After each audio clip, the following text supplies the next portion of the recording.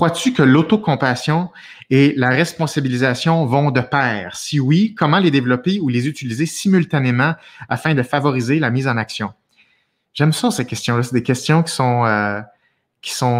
vraiment qui sont précises. Tu sais, c'est pas des questions là, tu sais, qu'on peut répondre comme ça là, avec un chiffrier Excel ou avec des statistiques.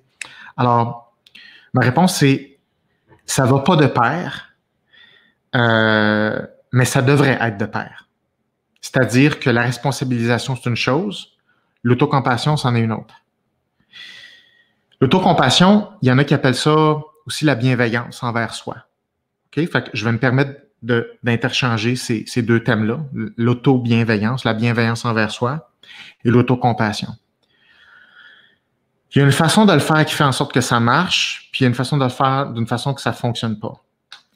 Si l'autocompassion devient une stratégie d'évitement, c'est-à-dire que lorsqu'il y a un défi, lorsqu'il y a des émotions négatives, plutôt que de comprendre la source de cette émotion négative, décortiquer le défi et de prendre notre responsabilité sur des défis à relever et passer à l'action, on se sert de l'autocompassion pour dire « ça va bien aller, fais-toi-en pas, j'ai pas à me sentir comme ça ».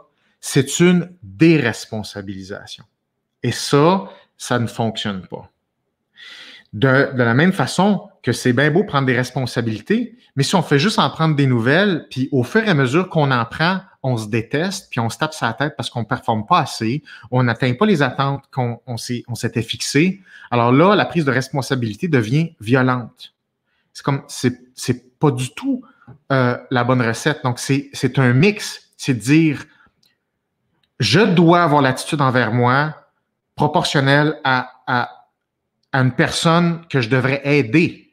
Donc, si tu es bienveillant avec une personne que tu aimes, puis tu veux le meilleur pour cette personne-là, tu vas protéger ses intérêts, tu vas être aussi très sévère et discipliné envers cette personne-là parce que tu vas vouloir la protéger, tu vas vouloir qu'elle soit forte, tu vas vouloir qu'elle prenne des nouvelles responsabilités puis qu'elle aille de l'avant.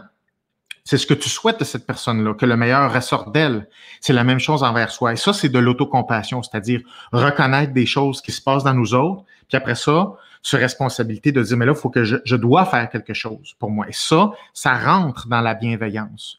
Se donner des responsabilités proportionnelles à ce qu'on mérite, c'est être bienveillant. Être doux de façon infinie, ce n'est pas être bienveillant, c'est être complaisant. Donc, c'est important d'être bienveillant tout en prenant des responsabilités éclairées et continuer à relever des défis tout en étant bienveillant. Donc, c'est un mix. Et c'est comme ça qu'on devient fort parce qu'on est capable de relever des défis importants, on est capable de sortir de notre zone de confort, mais on ne se lâche pas. Puis on a une attitude qui est bienveillante et qui est positive envers nous, comme on aurait une attitude positive avec un enfant dont on aurait la charge. On voudrait le meilleur de cet enfant-là. C'est la même attitude qu'on se doit.